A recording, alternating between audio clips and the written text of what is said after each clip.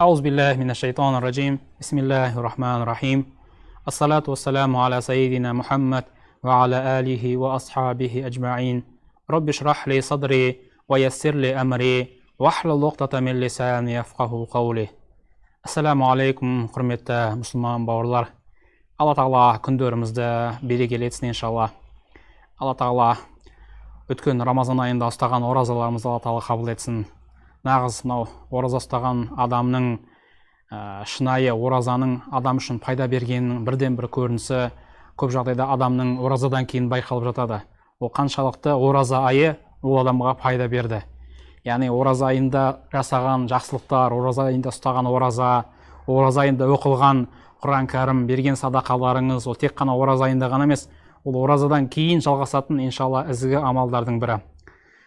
Иншалла бүгін Алла қаласа сөйлеу әдебі дәрістер топтамасын жалғастырамыз. Құдай қаласа дәрістер топтамасын жалғастырмас бұрын ең әуелі өткен дәрісімізге қысқаша тоқталып өтсек, біз өткен дәрісімізде мынау құпияны жария ету жайында, жалпы құпия жайында біз әңгіме еткен болатынбыз. Қаншалықты құпияны жариялаудың қаншалықты діндегі шариғатымызда қаншалықты ауыр күнә екенін жайында, жалпы мынау бір құпияны айтқан кезде де құпияны айтушы адам, жалпы құпияны тапсырушы адамның сипаты қандай болу керек, сол секілді құпияның түрлері, мемлекеттік құпиялар болады, адамның өзінің жеке құпиялары болады, сол секілді мына жанұялық құпиялар болады, ерлі-зайыптылардың арасында құпиялар болады. Сонымен қатар мына құпиялардың ішіндегі ең бір өрескел қателік, яғни мұсылмандардан байқалып жатқан осы жанұядағы ерлі-зайыптылардың арасындағы кейбір құпия сырларды жария етудің қаншалықты үлкен күнә екенін біз өткен дәрістерімізде айтып өткен болатынбыз. Бұның баршасы, құрметті бауырлар, тілдің кесапаттарына емдеу. Яғни адам егер тілдің қателіктерінен егер емдейтін болса, ол өздігінен адам дұрыс сөйлеуді иншалла үйренеді. Бүгінде Құдай қаласа, Алла бұйыртса, өте бір маңызды тақырыптардың бірі. Жалпы енді мұсылман адамның бір сипаттарының бірі болып саналатын, пайғамбарымыздың саллаллаху алейхи уассаламның көркем мінездерінен болған Алланың біздерге әмір еткен міндеттерінің, парыздарының бірі мынау уәдеде тұру жайында иншалла әңгіме қозғаймыз. Құдай құрметті бауырлар, жалпы уәдеде тұру, уәдеде тұрмаудың салдары, жалпы уәдеде біз тұрып жүрміз бе, осының қаншалықты дінде ауыр күнә екені жайында, осының жалпы жеке адам үшін, қоғам үшін қаншалықты зиян екені жайында иншалла әңгіме қозғаймыз. Шынымен қазір қарап отырсақ, бізде қоғамда қарап отырсақ, көп жағдайда біз уәдемізде тұрмаймыз. Айтқан уақытымызда бармаймыз. Яғни жұмысқа әрдайым кешігіп келеміз. Әлбетте, егер бірінші мәрте кешігіп жатсақ, ол басқа мәселеде. Егер күнделікті кешігетін болсақ, яғни ол біздің мұсылманшылдығымыздың бір кемістігі да, мұсылманды, яғни біздің шынайы, көркем, яғни толыққанды мұсылман емес екеніміздің белгісі.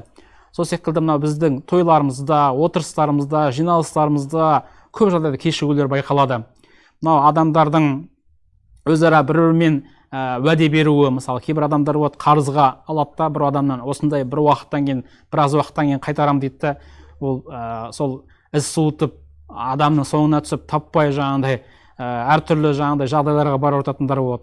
Қазір қарап отырсақ, адамдардың уәдеде тұрмағандығынан басқа да альтернативті нелер қарастыратын жағдайға келдік. Мысалы, жай бір кездесу, мысалы, бір жиын сағат 4-те өтетін болса, біз кейбір адамдардың уәдеде тұрмағанына байланысты біз жиынымызға қосымша тағы да 1 сағат қосып қоямыз да кей жағдайларда. Тойларда көбінесе сағат 8-де шақыратын болса, өкінішке орай сағат 10-да, 9-да кей кезде басталып жатады. Бұның баршасы қарап отырсақ, біздің қаншалықты уәдеден алыс екенімізді көрініп тұрды. Яғни бір адамның уәдеде тұрмағаннан қаншама адамдар зиян шегеді. Тіпті сіздің бір 10 минут, 15 минут жұмыстан кешіккеніңіз үшін, басқа бір, сізге міндеттелген қызметтің дұрыс атқармағандығынан, жалпы сізге қатысты істің тұралап қалуынан бүкіл бір жұмыс орнының, бір қоғамның былайша айтқан кезде алға басуына бір кедергі келтіруі мүмкін.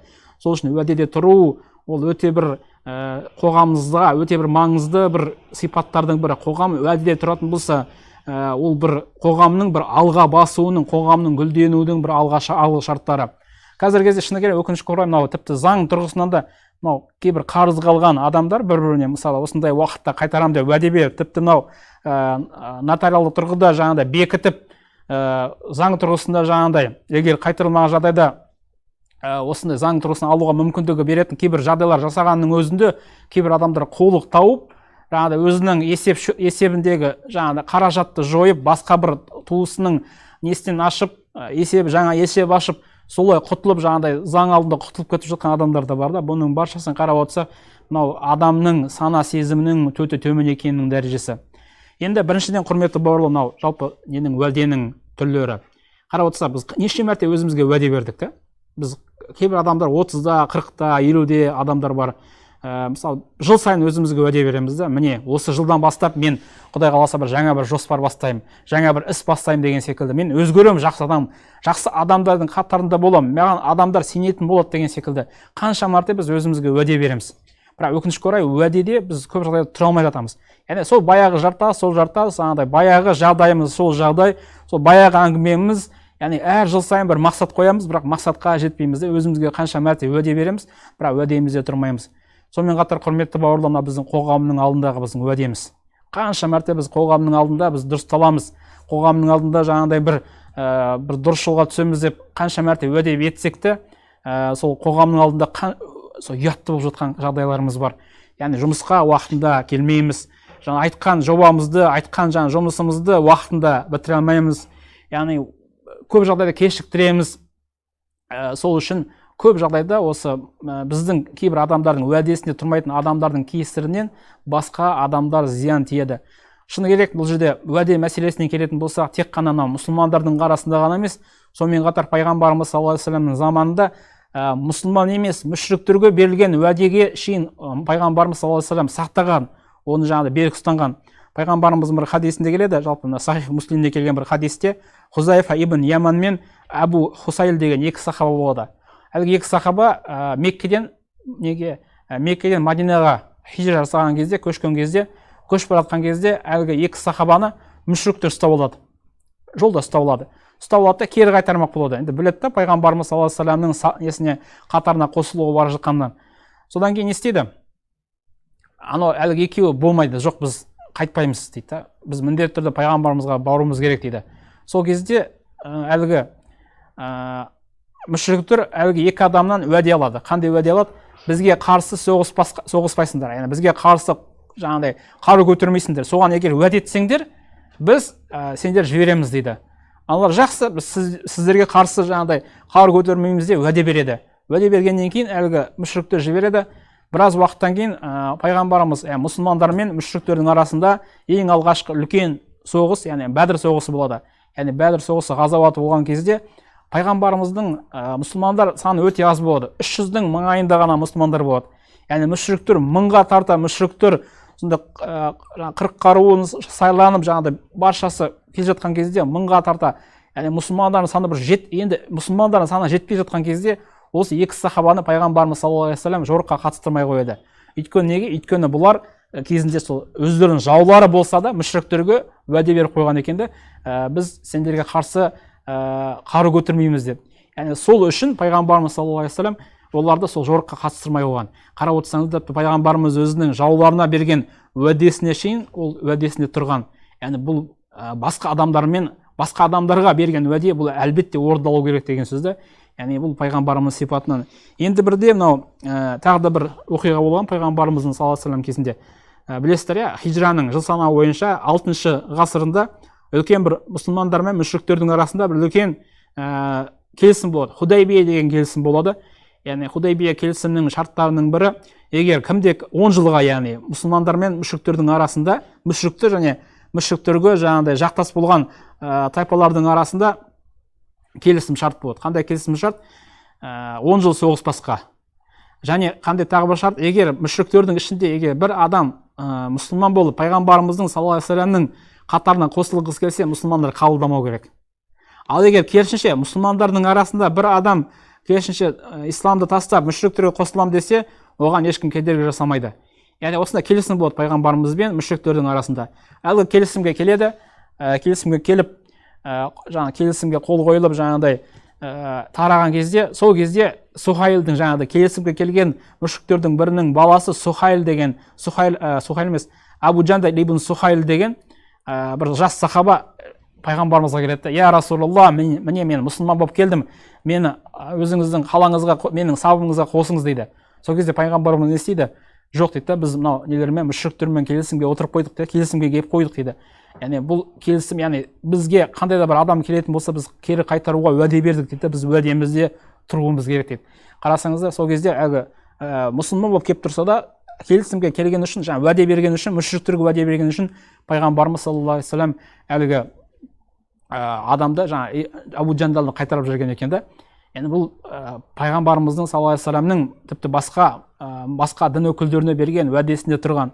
Яғни біз қанша мәрте жаңағыдай достарымызға уәде бердік, қанша мәрте жаңа жұмыс кезінде мысалы сол секілді көршілерімізге, айналадағы адамдарға, яғни өкінішке орай көп жағдайда осы уәдеде тұрмағандықтан адамдардың арасында яғни біздің абыройымыз түсіп жатыр да, ол абыройды түсіретін бір себептердің бірі. Одан кейін құрметті бауырлар, біз өзіңіз ойлаңыз, неше мәрте біз жанұямыздың алдында уәдемізде тұрмадық. Жанұямыздың алдында сіз неше мәрте өзіңіздің бала шағаңызға, өзіңіздің жанұяңызға осындай бүгін осы жұмада соңында Құдай қаласа бір серуендеп қайтамыз деп уәде бердіңіз. Кей кезде болады бір нәрсені алам деп, жаңағыдай бір алатын затты айтып, осындай нәрсені алам деп уәде бересіз де, уәдеде тұрмаймыз да. Сол үшін біздің өзіміздің жанұямыздың алдында да уәде бергіш әке ретінде біз өзімізді сондай тұлға ретінде қалыптаспауымыз керек. Өйткені біз егер уәдемізде тұрмайтын болсақ, кейін ол адамдар яғни сіздің жанұяңыздың сізге деген бір махаббаты, сізге деген сүйіспеншілігі де біртіндеп суып кетуі мүмкін. Өйткені мына уәдеде тұрмау өте ең бір адамдардың қарым-қатынасын бұзатын себептердің бірі. Сонымен қатар біздің ең бір үлкен және тағы бір жаңағыдай адамдардың арасындағы бізге уәдеде тұрмаудың бір несі біздің ата-анамыздың алдында берген уәдеміз. Ата-анамызға біз неше мәрте уәде бердік. Болды, енді біз жақсы адам болам деп уәде береміз. Неше мәрте біз арақ ішпеймін деп уәде береміз, бірақ кейін арақ ішіп қоямыз. Неше мәрте жаңағыдай адамдарды алдамаймын деп уәде береміз, бірақ өкінішке орай уәдемізді бұзып қоямыз. Яғни ата-анамызға қанша мәрте уәде берсек те, біз уәдемізді кей кезде бұзып жатамыз.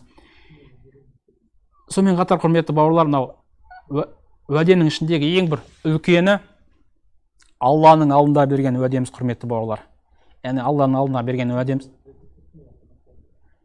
Яғни біз қаншама қиындыққа тап болса да, құрметті бауырлар, кей кезде болады сондай бір материалдық болсын, денсаулық жағдайынан болсын, бір әртүрлі қиындыққа тап болған кезде біз Аллаға айтамыз да, я Алла дейді, я Раббым дейміз да, я Раббым, енді міне осындай бір қиындықтан мені құтқарсаң, осы мен денсаулығымды аман есен жаңағыдай осы айығып кететін болсам осы ауруымнан, немесе осы бір қиыншылықтан егер мені бір жеңілдетсең қиыншылығымды, Алла Тағала, мен саған иман келтіріп, сенің жолыңа түсіп, сенің жаңағыдай құлшылықтарыңды, әмірлеріңді орындайын деп неше мәрте уәде береміз. Бірақ өкінішке орай сол жағдайымыз жақсарып, ауруымыздан айыққаннан кейін ол уәдемізден тайып тұрамыз. Яғни біздің мұсылманшылығымыздың өте бір төмендігінің бір дәлелі да, құрметті бауырлар. Яғни осылай уәденің көп жағдайда біз уәдеде тұрмай жатамыз. Алла Тағала жалпы уәдеде тұрудың өзі, құрметті бауырлар, Алла Тағаланың сипаттарының бірі. Яғни Алланың сипаты уәдеде тұру. Алла Тағала қасиетті Құран кәрімде айтады: Алла сендерден иман келтіріп, ізгі іс істегендерге өздеріңнен бұрынғыларды жер жүзіне халифа қылғандай, яғни қожайын қылғандай, оларды да сөзсіз халифа қылды. Оларды таңдаған дінін нығайтуды, олардың қорқынышын аманшылыққа айналдыруға уәде берді дейді. Яғни Алла Тағаланың өзі уәде берген және уәдесінде міндетті түрде тұрушы. Яғни Алла Тағала не нәрсені уәде етсе, әлбетте уәдесіне тұрады. Яғни уәдеде тұру ол Алла Тағаланың көркем сипаттарынан. Екінші нәрсе, құрметті бауырлар, ең бір үлкен сұрақтардың бірі уәде жайында қиямет күні. Алла Тағала қасиетті Құран кәрімде айтады, Исра сүресінің 34-ші аятында: сертті орындаңдар, яғни уәде сертті орындаңдар, сөз жоқ уәде сұралады дейді. Яғни өте үлкен сұрақтың астына алынады деген сөзді. Басқа бір мынау неде жалпы уәдеде тұрудың өзі Алланың жәннатқа кіретін адамдардың сипатынан, яғни жәннати адамдардың сипатынан екен. Алла Тағала қасиетті Құран кәрімде айтады: тағы олар сондай аманаттарын, уәделерін сақтаушылар дейді. Яғни жәннат тұрғындарын сипаттаған кезде уәделерінде тұрушылар деп Алла Тағала сипаттап кеткен екен. Сол секілді мына уәдеде тұру ол тақуа құлдардың сипаты, яғни Алладан шынайы түрде қорқатын, яғни Аллаға шынайы түрде иман келтіретін тақуа құлдардың сипаты. Алла Тағала қасиетті Құран кәрімде былай дейді: өзара байласқан уәдесін орындаушы дейді. Қараңыздар, таршылықта, қиыншылықта және соғыс кезінде сабыр етуші дейді. Міне солар шыншылдар әрі солар тақуалар дейді. Қараңыздар, яғни бұл шынайы тақуалардың бір сипатынан дейді. Сол секілді мынау уәдеде тұру ол пайғамбарлардың сипаты екен, құрметті бауырлар. Пайғамбарлар жайында Құран кәрімде келген кезде Алла тағала айтады, сонымен қатар бұл кітапта дейді Исмаил жайында сөз қозғалды дейді. Шүбәсіз ол уәдеге берік жан еді дейді. Енді әрі хақ елші болатын дейді. Қараңыз, Исмаил пайғамбар сипаттаған кезде. Сол секілді мынау Ибрахим пайғамбарды айтқан кезде сондай-ақ міндетін лайықты түрде атқарған Ибрахим дейді, ақиқатында дейді сондай сертке уәде дейді. Сертке уәде адамдардың бірі еді дейді. Яғни ва Ибрахим аллази уаффа деп келеді. Яғни бұл да яғни сертте тұру, уәдеде тұру ол пайғамбарлардың мінез құлқынан екен, құрметті бауырлар. Сол секілді мынау сертте тұрудың өзі бір ақыл иелерінің, яғни ақылды, парасатты адамдардың сипатынан. Яғни былайша айтқан кезде өзінің болашағын өзінің жаңағыдай былайша айтқан өзінің қоғам алдындағы болсын, кез келген қызметте болсын, болашағын өзінен жаңағыдай әрдайым алдына бір жоғары мақсаттар қоя білген адамның сипатынан уәдеде берік болу. Яғни ол міндетті түрде жаңағыдай, егер сіз мысалы уәдеңізде тұрмай, біреуді алдап, арбап, бір кішігірім бір байлыққа қол жеткізуіңіз мүмкін, ол бір кішігірім бір уақытша ғана байлықта. Ал егер мысалы уәдеңізде әрдайым тұратын болсаңыз, ол бір уақытша байлық емес, ол ақыреттікте, дүниелікте сізге байлыққа, мансапқа, атаққа, абыройға апаратын нәрсе. Міне шынайы көшбасшының, шынайы адамдар сенетін адамның, бір басшының бір сондай бір салиқалы басшының сипаты міне мынау уәдеде тұру. Уәдеде тұрған адамның артынан адамдар ереді. Уәдеге тұрған адамға адамдар сене бастайды. Міне сондай сипатты адамдар. Мынау пайғамбарымыздың саллаллаху алейхи вассаламның хадисінде келеді. Маған 5 нәрсеге куәлік берсеңдер дейді. Яғни 5 нәрсеге кепілдік берсеңдер дейді, мен сендерге жаннатқа кіретіндеріңе кепілдік берем дейді. Соның бірі сендер жаңағыдай сөздеріңе берік болыңдар, уәделеріңде тұрыңдар дейді, аманатты қайтарыңдар, ұятты жерлеріңді сақтаңдар, көздеріңді төмен салыңдар дейді. Және қолдарыңа ие болыңдар дейді. Яғни осы нәрсеге мән берсеңдер, мен де сендердің жаннатқа кіретіндеріңе мән берем дейді. Енді қараңыздар, мынау 200 адамдардың сипатының бірі уәдеде тұрмау екен да. Пайғамбарымыздың хадисіне келеді. Мұнафиқтың дейді 200 адамның белгісі үші дейді. Егер сөйлесе өтірік айтады дейді. Егер уәде қылса уәдесін орындамайды дейді. Және аманатқа қиянат жасайды дейді. Міне 3 сипаты міне мұнафиқ, яғни 200 адамның сипатынан екен. Мынау сөзімізді аяқтай келе, құрметті бауырлар, уәдеде тұру жайында Омар радиаллаху анху кезінде сондай бір керемет бір оқиға болған. Мынау бір кезде Омар халифалық құрып тұрған кезде екі жас жігіт бір кісіні жетектеп алып келеді. Жетектеп алып келеді да Омардың алдына келіп, мынау кісі дейді, бұл адам біздің әкемізді өлтірді дейді. Енді қараңыздар, сол кезде Омар әлгі адамға бұрылып айтады, сен шынымен бұл екеуінің әкесін өлтірдің ба дейді.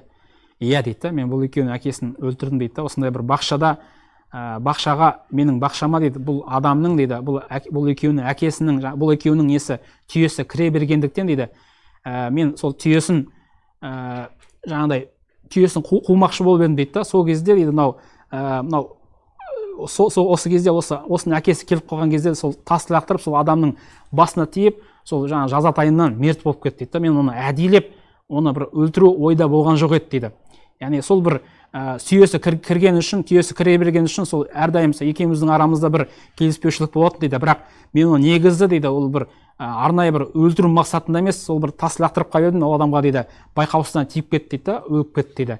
Сол кезде әлгі Омар тұрып, әлгі жігіттерге бұрылады, сендер бұларды кешірмейсіңдер ме дейді. Жоқ, кешірмейміз дейді, біз міндетті түрде бір әкеміздің жаңағыдай өшін қасасын аламыз дейді. Сол кезде айтады, жақсы, онда дейді, сен бұл екеуі сенен қасас алуға, яғни сені әкеңді қалай, бұлар екеуінің әкесін қалай өлтірсең, сен де солай өлтіруге бұлардың хақысы бар дейді. Сол кезде кісі айтады, жақсы дейді, мен келсем дейді, бірақ дейді, бір шартым бар, егер рұқсат берсеңізде дейді, менің жаңағыдай осындай жанұям бар еді дейді, сол жанұяма тыққан азын-аулақ бір дүние мүлкім бар еді дейді. Сол дүние мүлкімді осы неме бала шағама табыстап қоштасып келсем, мұрсат бересіздер ме дейді. сол кезде жақсы дейді, бірақ мына жерде сен осы адамдардың арасында саған кепіл болатын адам болса дейді, рұқсат береміз дейді. Сол кезде адамдарға бұрылып айтады, кім бұл осы адамға кепіл болады дейді. Яғни кепіл болады дегеніміз, ол адамның келуіне кім кепіл болады дейді. Сол кезде ешкім үндемейді, өйткені ол адамды сол кезде ешкім танымайтын, ол қаланың сыртында тұратын бір адам еді. Сол кезде біраз айтады, мынау бала шағасы аштан өлетін болды ғой дейді. Кім бұл адамға кепіл болады дейді. Адамда бұл кепіл болады адам жоқ па деген кезде Абу Зар деген сахаба шығып айтады, жақсы, мен кепіл боламын дейді. Сол кезде кім Омар сұрайды, сіз бұл адамды танисыз ба дейді. Жоқ, танымаймын дейді. Онда неге кепіл болып тұрсыз дейді. Білесіз ба дейді, сіз не үшін кепіл болып тұрғаныңыз дейді. Егер бұл адам келмесе дейді, оның жаңа жауабын сіз тартасыз ғой дейді. Сол кезде иә дейді, білем дейді, бірақ бұл адамның жүзінен бір имандылықты мен көріп тұрмын дейді. Сол үшін бұл адамға кепіл болып тұрмын дейді. Содан кейін әлгі адамға кім Абу Зар кепіл болғаннан кейін ол өзінің жаңағыдай сол істерін аяқтауға кетеді. 3 күннен кейін уәде еткендей барша адамдар жиналады. Әлгі екі жігіт бар, Абу Зар бар, Умар бар. Сол кезде біраз уақытқа шейін әлгі адамды күтеді, келмейді. Күн батуға таяған кезде әлгі адамның қарасы көрінеді. Сол кезде барша адамдар таң қалады. Адам сол әлгі адамның сертінде тұрғанына. Сол кезде келеді, айтады, мен дайынмын дейді, кешіріңіздер, мен тұрғылықты жерім алыста болатын дейді. Сол үшін сәл кешігіп қалдым. Енді міне сол үкімді жаңағыдай не істесеңіздер, мен дайынмын дейді. Сол кезде анау әлгінің несіне, уәдесіне тәнті болған адамдар сол кезде тіпті екі баласы бірдей, біз сені Аллахтың разылығы үшін кешірдік дейді. Сол кезде анау Омар тұрып сұрайды әлгі адамнан, сен дейді біле тұра дейді, сен өлетінін біле тұра, сені бұл жерде ешкім адамдар сені танымаса да, сен келіп тұрсың дейді, сені келуге себеп не дейді, қандай себеппен сен келіп тұрсың дейді, сен не нәрсе итермеледі деген кезде әлгі адамның жауабы да, қараңыздар, егер мен келмесем дейді, мұсылмандардың арасында бір-біріне берген уәделер, серттері бұзылма деп қорықтым дейді. Егер сол нәрсе серттері бұзылатын болса, ондай қоғам болмайды ғой. Яғни сол сертті орындау үшін мен келіп тұрмын дейді. Сол кезде екі баласынан сұрайды, сендер дейді, сендер кешірім жасадыңдар дейді, бұл кешірім жасауларыңа не нәрсе себеп болды деген кезде, яғни біз мұсылмандардың арасында бір-біріне деген мейірімділік жойылып кете ме деп, сол мейірімділікті жоймас үшін біз бұл адамға кешірім жасадық дейді. Ең соңында мынау кімнен сұрайды, Абу Зардан, сен бұл адамды жаңағыдай білмесең де бұл адамға кепіл болдың дейді, сені итермелеген не нәрсе деген кезде, мұсылмандардың арасында бауырмашылдық болу керек қой дейді. Мен осы бауырмашылдық нәрсе мені итермеледі дейді. Сол үшін мен бауырмашылық жойып кете ме деген қауіпте осы адамға жаңа кепіл болдым деген екен. Қарасаңыздар, мынау кез келген мұсылманның, кез келген қауымның жаңағыдай бір дұрыс болуының, жалпы қоғамның алға жылжуының бірден бір себебі, құрметті бауырлар, адамдардың уәдесіне тұруы, уәделеріне берік болуы. Өйткені уәде Құран кәрімде келгенде ең үлкен сұрақ, қияметтегі ең үлкен сұрақтардың бірі. Алла тағала баршамызға уәдесіне берік мұсылмандардың қатарына етеді. Өйткені уәдесіне берік болу шынайы мұсылмандардың келбетінен. Алла сіздерге разы болсын.